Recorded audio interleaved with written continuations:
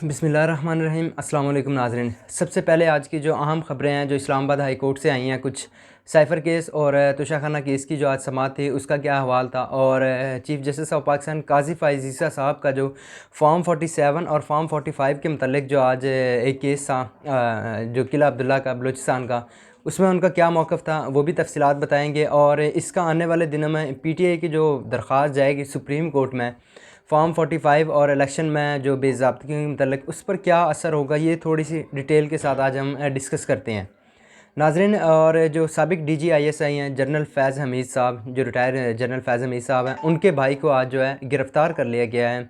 वो क्या तफ़सीलात हैं वो भी बताते हैं नाज़रीन। मेरा नाम मोहम्मद उमर फ़ारूक है, आप हमारा डिजिटल चैनल देख रहे हैं उमर राजपूत। सबसे पहले आज जो चीफ़ जस्टिस काज़ी फ़ाइज़ ईसा साहब का जो मुख्तसर आज उनका जो फॉर्म 45 और 47 के मतलब बयान था वो डिस्कस करते हैं कि आज जो सुप्रीम कोर्ट में केस था किला अब्दुल्ला के जो थे ANP के उम्मीदवार थे वो जीत गए थे। और वहाँ पे जो जहाँ 90% जो टर्न आउट रहा ना, तो उस जगह पे जो है इलेक्शन कमीशन ने छः पोलिंग स्टेशन पर दोबारा जो है वो पोलिंग करवाने का ऑर्डर किया था। तो वो दरख्वास्त लेके सुप्रीम कोर्ट चले गए और सुप्रीम कोर्ट में फिर बाहमी रजामंदी से पूरे हलके में दोबारा पोलिंग करवाने के जो सुप्रीम कोर्ट में ऑर्डर जारी कर दिए हैं। वहाँ JUIF के जो उम्मीदवार के वकील थे उन्होंने फॉर्म 45 और 47 का भी तज़किरा किया कि इनमें भी कुछ बेज़ाब्तियाँ हैं और इनको भी देखा जाए। तो उस वक़्त फिर chief justice of Pakistan Qazi Faiz ईसा साहब के रिमार्क्स थे कि हम इतनी बारीकियों में नहीं जाएंगे, इलेक्शन ट्रिब्यूनल्स बन गए हैं, आप वहाँ जाएं और अपनी दरख्वास्त जो है वहीं ले जाएं। तो इससे तो बज़ाहिर नज़र आ रहा है कि काज़ी फ़ाइज़ ईसा साहब का जो माइंड नज़र आ रहा है, माइंड सेट के वो इन बेज़ाब्तियों पर नहीं जाएंगे, क्योंकि PTI ने भी ऐलान किया हुआ है वो इसी हफ़्ते जो है अपनी दरख्वास्त लेकर जा रहे हैं सुप्रीम कोर्ट में, जो फॉर्म 45 और 47 के मतलब जो है अपने ये जो इलेक्शन हुए हैं जिनमें उनका कहना है कि हमारे जो काफ़ी सारे उम्मीदवारान हैं उनको फॉर्म 47 के ज़रिए हराया गया है।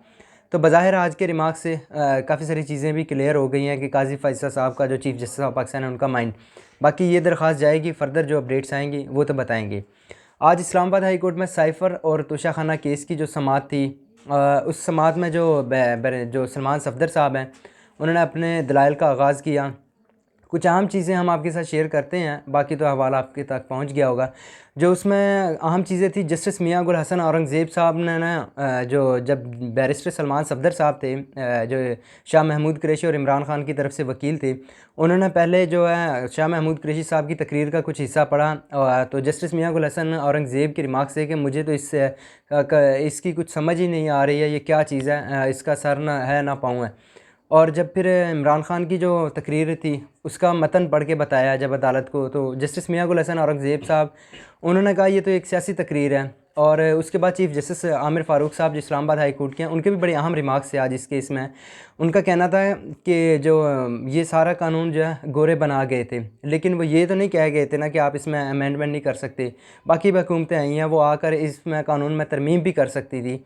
तो अभी फ़िलहाल जो है इस केस को मेरिट्स पर देखा जा रहा है और अपील के काबिल समाअत होने पर देखा जा रहा है, क्योंकि आज FIA के जो प्रोसिक्यूटर थे उन्होंने भी यही बात की है कि हमारे जो दनुकात थे उन पर, तो अभी इस केस की जो है कल तक समाअत मुलतवी कर दी गई है। और बज़ाहिर जिस तरह केस चल रहा है, उम्मीद है कि जो कानूनी बेज़ाब्तियाँ हुई हैं इसको जो साकिब बशीर साहब हैं, कोर्ट रिपोर्टर हैं, वो भी इस चीज़ को रिपोर्ट कर चुके हैं कि इसका फ़ैसला जल्द ही आ सकता है, क्योंकि कल तक इसकी समाअत मुलतवी कर दी गई है। और चीफ़ जस्टिस आमिर फ़ारूक साहब जो हैं उनके भी आज कुछ अहम इस मामले इस केस के मतलब रिमार्क्स थे। और अभी जो एक और केस था उसमें भी यही सिचुएशन है, जो तोशाखाना केस है।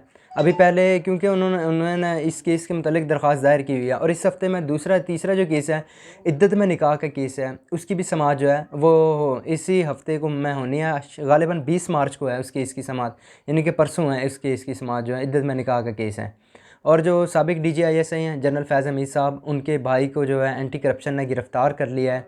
और उनका जो आज जो साकिब बशीर साहब ने भी इस चीज़ को रिपोर्ट किया कि तफ्तीशी अफसर ने उनका जिस्मानी रिमांड की इस्तदा ही नहीं की गई और उनको फिर जुडिशल कर दिया गया।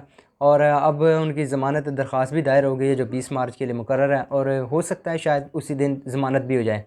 तो इन पर जो है एंटी करप्शन ने इनको गिरफ़्तार किया है। नजफ़ हमीद साहब हैं जो साबिक DGISI फैज़ हमीद साहब के भाई हैं।